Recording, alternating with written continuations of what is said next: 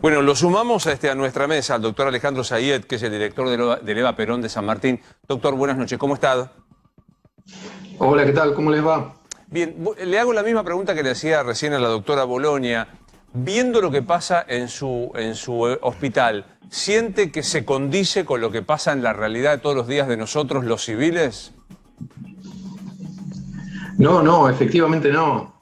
El hospital está en absoluta tensión, en un estrés, con una angustia administrada, con el personal en relación a la demanda extrema que se está dando en las guardias y con el 95% de las camas ocupadas, las camas operativas de terapia intensiva, las de terapia intermedia y cuidados mínimos. Es decir, que lo que se ve en los hospitales, por lo menos en el Hospital Eva Perón, es una crisis, un nivel de saturación del sistema que no está reflejado en las conductas que nosotros podemos observar en la comunidad en general.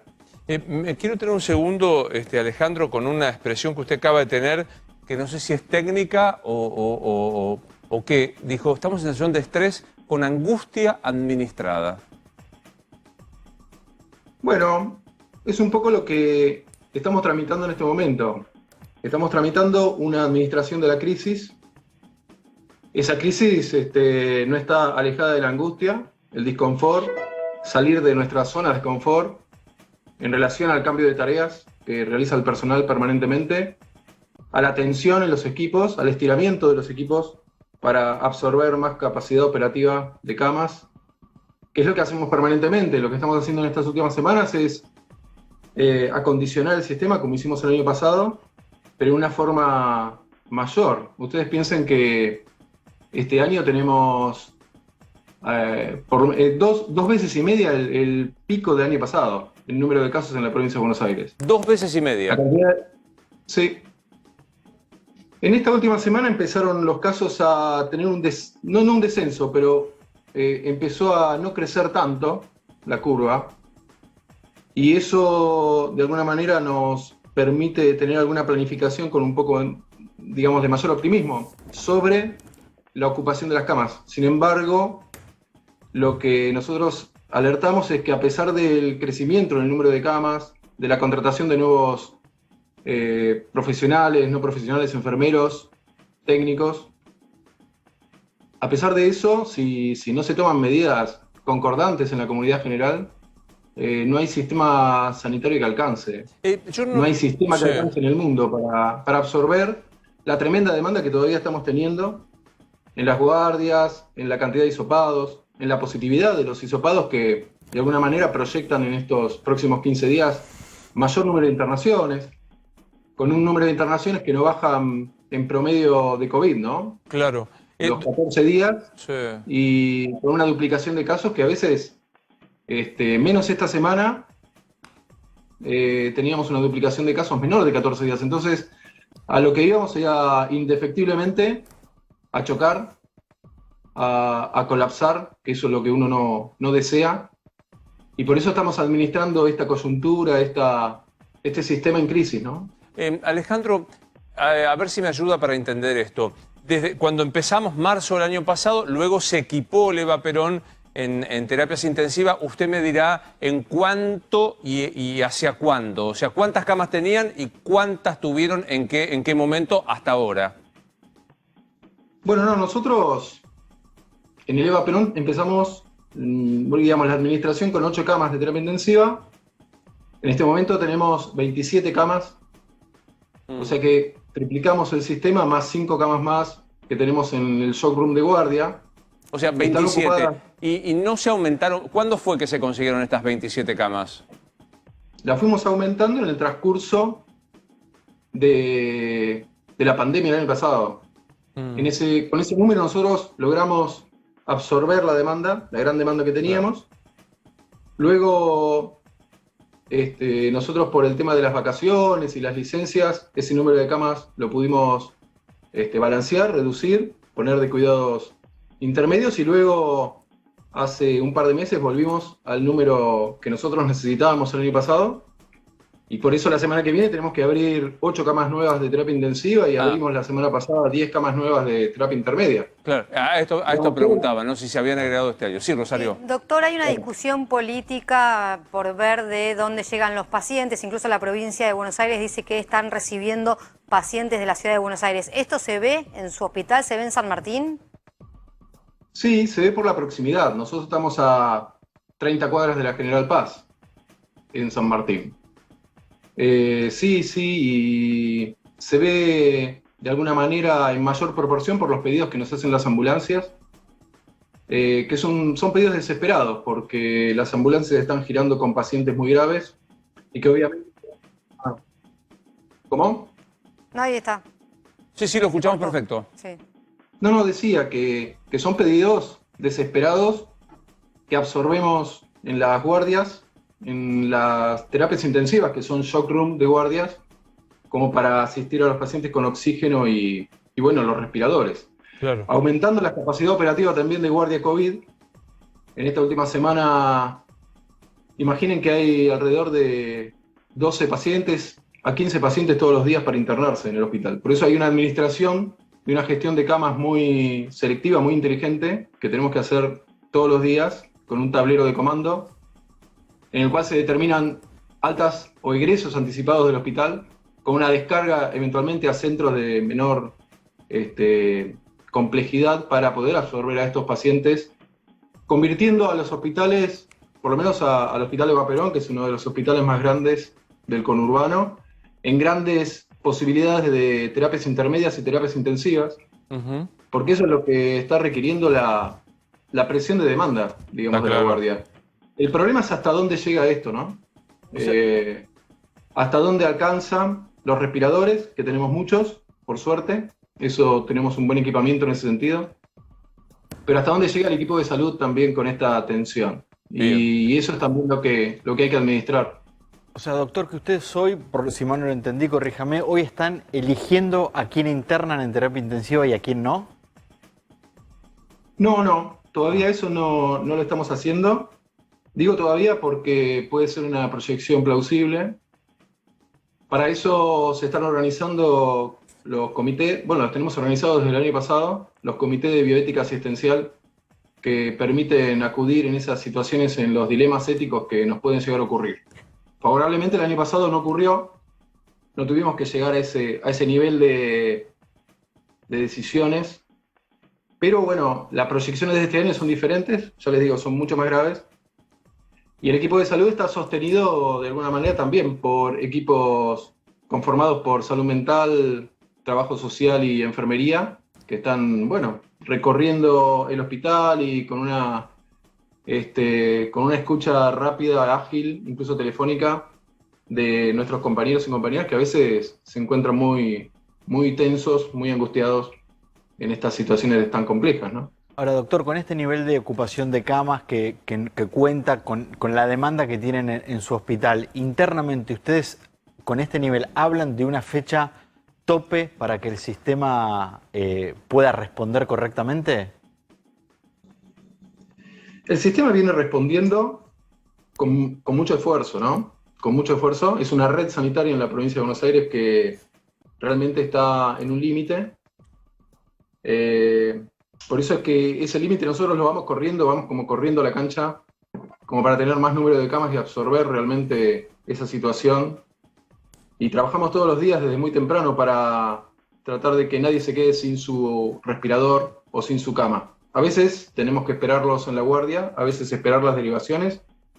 No están saliendo las derivaciones al sistema privado.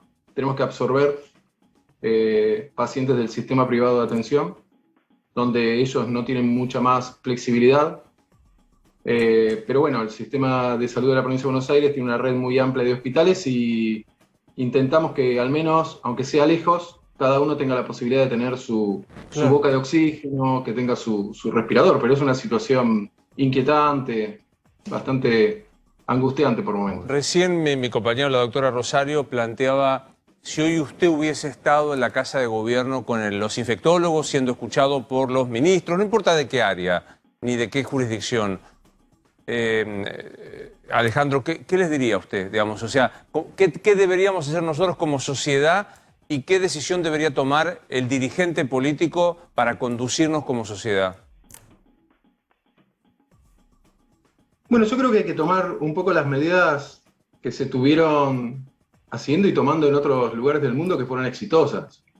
Si ahora nosotros mismos estamos viendo que hay una estabilidad en el crecimiento, tiene que ver con esas medidas que se fueron tomando en las últimas semanas de mayores restricciones o de mayor sugerencia a la no liberación de todo. Si nosotros en este momento estamos viendo que están ni siquiera retrocediendo, pero parando el crecimiento exponencial del número de casos, es por esas medidas, y yo sugeriría esas medidas, y que independientemente del nivel gubernamental en el que se tomen, ya sean nacionales, provinciales o nacionales, les pediría a la población que tenga conciencia individual y colectiva y que tome todos los recaudos que sabemos que hay que tomar, que no se relajen más porque esto nos toca a cualquiera. Este virus es muy contagioso, lamentablemente muy letal y no discrimina a nadie, digamos, no discrimina en clases, no discrimina en trabajos, en trabajadores, en hombres, mujeres, religiones, no discrimina. Y esto lo vemos después con el pedido desesperado de camas de terapia que intentamos absorber, pero como les decía antes, si no hay medidas complementarias, me parece que No aguanta. no vamos a llegar a un buen momento. No lo quiero llevar, doctor Sayeda, que usted diga, hay que tomar tal cosa, hay que cerrar tal o cual cosa, pero digo, trato de ser lo más gráfico posible. Digo, hoy, lunes, arrancando con esto que te dijo, una estabilización en una curva muy alta. Hay que parar, hay que volver a parar como paramos el 18 de marzo y solo sostener lo esencial. Sí, yo creo que sí. Probablemente hay que hacer una administración también, hablando de administración de crisis, una administración de esos toques que nos permiten a nosotros, al sistema sanitario, poder descargar las camas. Es muy simple, de alguna manera. Si nosotros vemos que esas medidas de restricción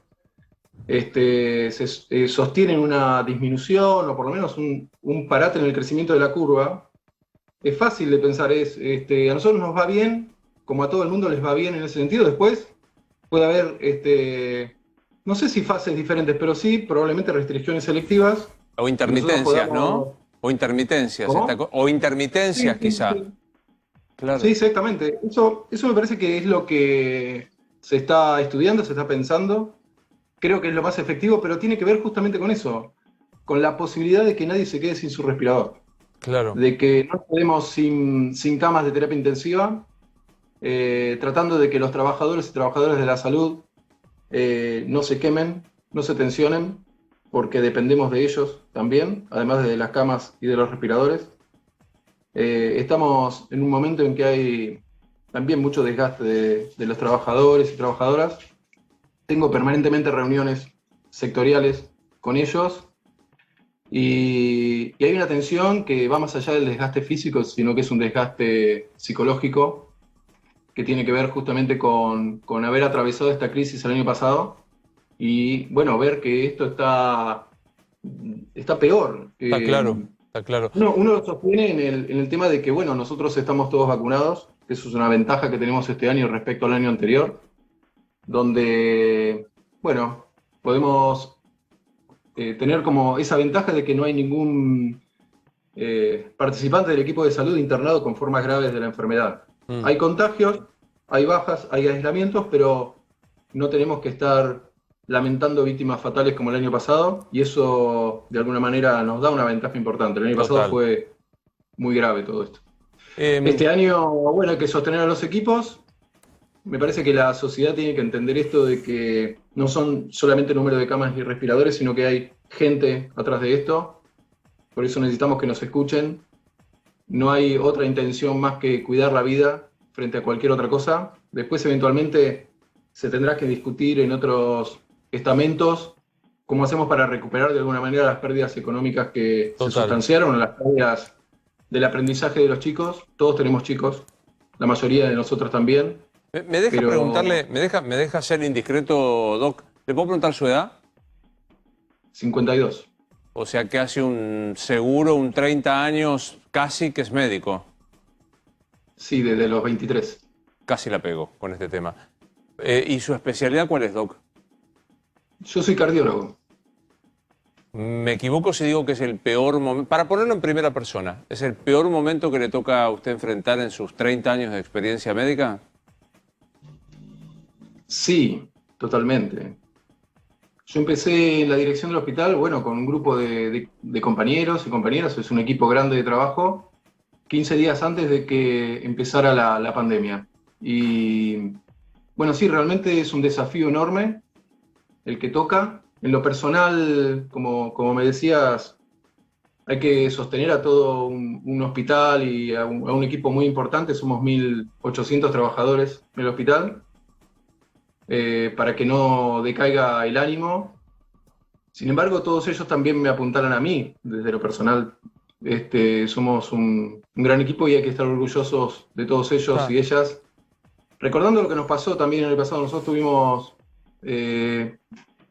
compañeros y compañeras de muchos años, yo estoy en el hospital desde el 96, y que fallecieron por esto.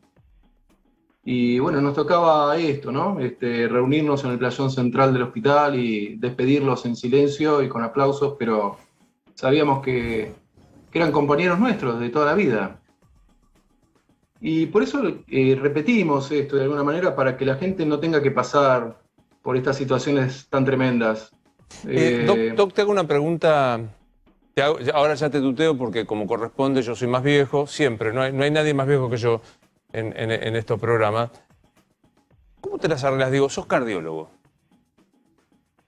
¿Cómo te las arreglas frente a un paciente que viene y te dice, no banco más, me quedo sin laburo, tengo un taller de tornería y si no salgo a laburar, cierro, el Estado no me da una mano, mis hijos se van a quedar sin comer, yo no me la banco más porque ya tengo 50 y tantos y estoy jugado, y a su vez esto, visto desde el lugar que vos me estás contando, de un compañero que tuviste que despedir el año pasado y otro compañero y las camas que se desbordan. En la consulta, ¿qué le decís a una persona que te plantea esto?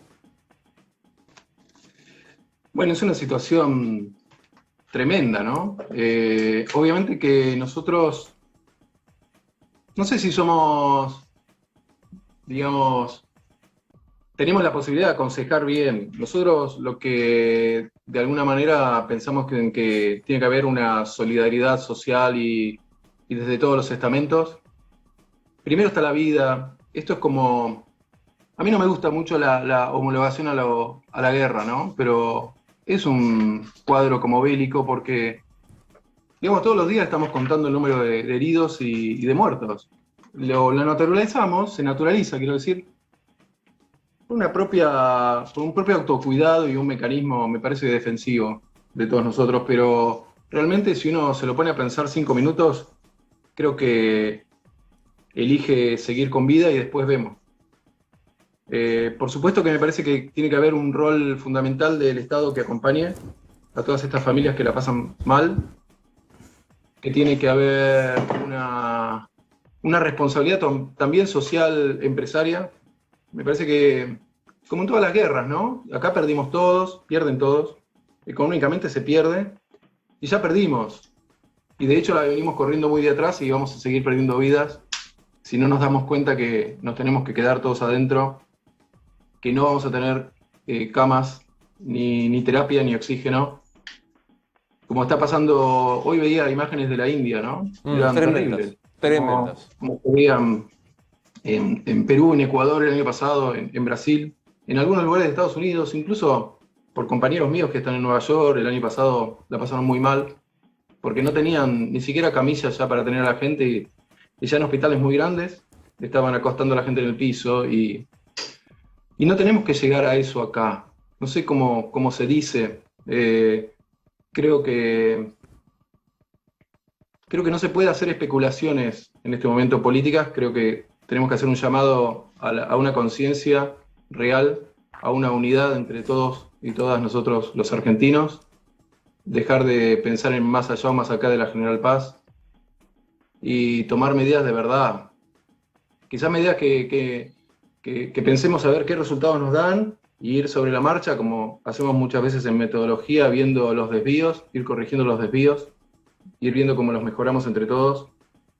Y después hablamos de todo el resto, pero si no tenemos la vida, que es el primer derecho que tenemos que defender, no tenemos nada. Y hablando de la escuela y hablando del trabajo, si bien son organizadores sociales, obviamente, pero a mí me tocó dar mensajes a familiares de compañeros de trabajo y a gente que falleció en el hospital, bueno, a familiares de gente que falleció en el hospital que se quedaron sin papá, sin mamá, los chicos. Y eso te desorganiza la vida y no hay cosa que puedas hacer con eso. Entonces, me parece que cada uno de nosotros tiene que sentarse un ratito, unos minutos, en soledad y pensar bien qué está haciendo. Y cuando uno piensa qué está haciendo, va a defender a su vida, va a defender a sus chicos, a sus hijos, a sus viejos, y se va a cuidar mejor. Y creo que después, en todo caso, veremos la forma que entre todos y todas nos podemos ayudar para salir de este problema económico también, que es fundamental, pero que en este momento es secundario por todo lo que estamos viviendo. ¿Cuánto gana un médico de terapia de tu hospital? Mazo, promedio, apenas arranca. Y alrededor de 60.000 pesos, 70.000 pesos. Sí, los ingresantes.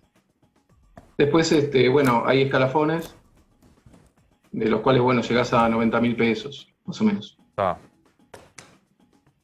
¿En algún momento, Alejandro, dijiste, ya está, no me lo banco más, no puedo más? O sea, ¿hasta acá llegué? No, eso no me pasó. La verdad que no. Uno vive esto con mucha satisfacción, que no pasa solamente, obviamente, por lo económico. Pasa por otros lugares, pasa por un deseo, de alguna manera, de salir de esta situación, de entender qué rol el equipo sanitario está jugando un rol protagónico y hay que hacerse cargo de eso, por lo menos la gran mayoría de la gente que conozco y que lo hace con un gran compromiso, respeto por el otro, con una gran humanidad, y por eso es lo que también me parece que es el mensaje, ¿no? que decía antes, ¿no? No solo son camas y respiradores, sino que hay gente atrás que los está manejando, gente que no duerme, gente que no ve a sus familias. Por eso es que hay que pensar mucho lo que está haciendo cada uno de nosotros, y yo creo que de esa manera vamos a bajar, y soy optimista en eso, porque de alguna manera hay que salir. No hay que desesperarse, hay que tener mucha templanza en esto, pero acudir a todos ustedes también, que son comunicadores profesionales, que saben lo que hacen, comunicar también con la misma humanidad que el equipo de salud está trabajando, y cada uno desde su lugar en la sociedad, desde su rol, hacer que todo esto tenga una salida, y después se discute todo. Total. Pero en este momento me parece que estamos en un momento muy, muy crítico, como les decía al principio, administrando esta crisis con la mayor de la profesionalidad, templanza, datos fidedignos, y ante la duda, Bien. Quedarnos un poco quietos en casa y esperar a que pase este momento tremendo.